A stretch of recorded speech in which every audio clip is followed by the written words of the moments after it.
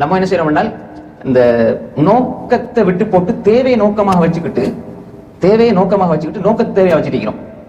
இப்ப சில மக்கள் யோசிப்பா பாருங்க, நீங்க நல்லா கவனிச்சுக்கணும். சில மக்கள் கேட்பாங்க, இந்த வளமையான தொழிலுக்கு எப்படி போய்த்து வரதுனால எனக்கு அசர் கலாவாகுது, என்ன செய்ய அப்படின்ட்டு. அசருங்கிறது நோக்கம், தொழிலுங்கிறது தேவை. நீ வாழ்றது இபாதத் செய்யறதுக்கு, வாழ்றது தொழில் செய்யறதுக்கு அல்ல, வாழ்றது இபாதத் செய்யறதுக்கு. இபாதத் செய்யறதுக்கு ஏற்ற மாதிரி தொழில் ஆக்கி கொள்ளணும்.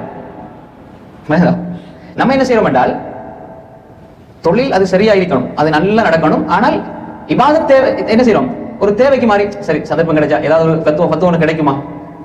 இப்ப கஸ்ரு ஜம் எல்லாம் வந்து இடையில நமக்கு கிடைச்ச சலுகைகள், அது வளமையானது அல்ல. நம்ம கஸ்ரு ஜம்மாவே நம்முடைய வாழ்க்கையை அமைச்சு கொள்றோம். சட்டம்ங்கிறது வேற, நான் சொல்றது பத்துவாங்கிறது வேற, தக்குவாங்கிறது வேற. நம்ம எல்லாம் போர்டர்ல நின்று தான் யோசிக்கிறது. அது வந்து யூஷிக்கு ஐயர் தாஃபி அலா வைன்ன லிகுல்லி மலிகின் ஹைமா அலா வைன்ன ஹைமல்லாஹி மஹாரிமு. அதாவது யூஷிக் ஐயர் தாஃபி, போர்டருக்கு வந்துட்டீங்கன்னா அடுத்து நீங்க அங்க போயிருவீங்க.